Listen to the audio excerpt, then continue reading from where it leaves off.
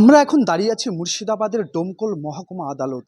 এই আদালত পরিদর্শনে একাধিকবার এসেছিলেন জেলা ডিস্ট্রিক্ট জজ আধিকারিকেরা।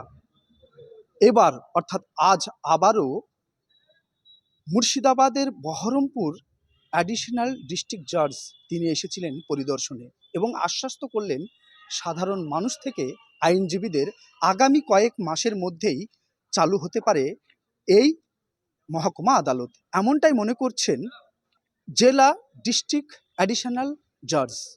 তিনার পাশাপাশি তিনি আশ্বস্ত করেছেন ডোমকল জেলাবাসীকে, ডোমকল মহকুমাবাসীকে আগামী কয়েক মাসের মধ্যেই চালু হবে, আর তাতেই ভরসাও রাখতে বলেছেন তিনি।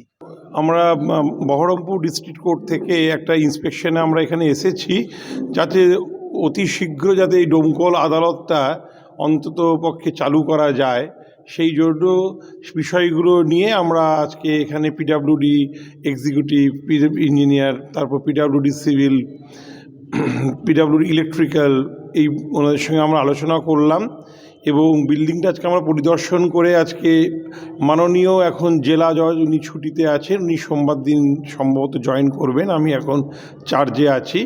তা একটা কলকাতা হাইকোর্ট একটা উদ্যোগী হয়েছেন যে মহামান্য উচ্চ ন্যায়ালয় যে যত শীঘ্র সম্ভব এখানে যাতে ডোমকল আদালতে চালু করা যায়, সেই উদ্দেশ্যেই আমরা আজকে এখানে একটা আমরা ফিজিক্যাল ইন্সপেকশন আমরা কোর্টটা ভিজিট করলাম এবং আমাদের দিক থেকে সর্বান্তকরণের একটা প্রচেষ্টা থাকবে যত দ্রুত সম্ভব এই ডোমকল মহকুমা আদালতটা যাতে উদ্বোধন করা যায়। আগে পিছিয়ে বিষয়টা তো নয়, চালু করতে হবে যাতে মানুষকে একটা আমরা যাতে তাদের যে সমস্যা যেন সমাধান করতে পারি। আমার শহর ডোমকল থেকে রাকিবুল ইসলাম, কলকাতা টিভি।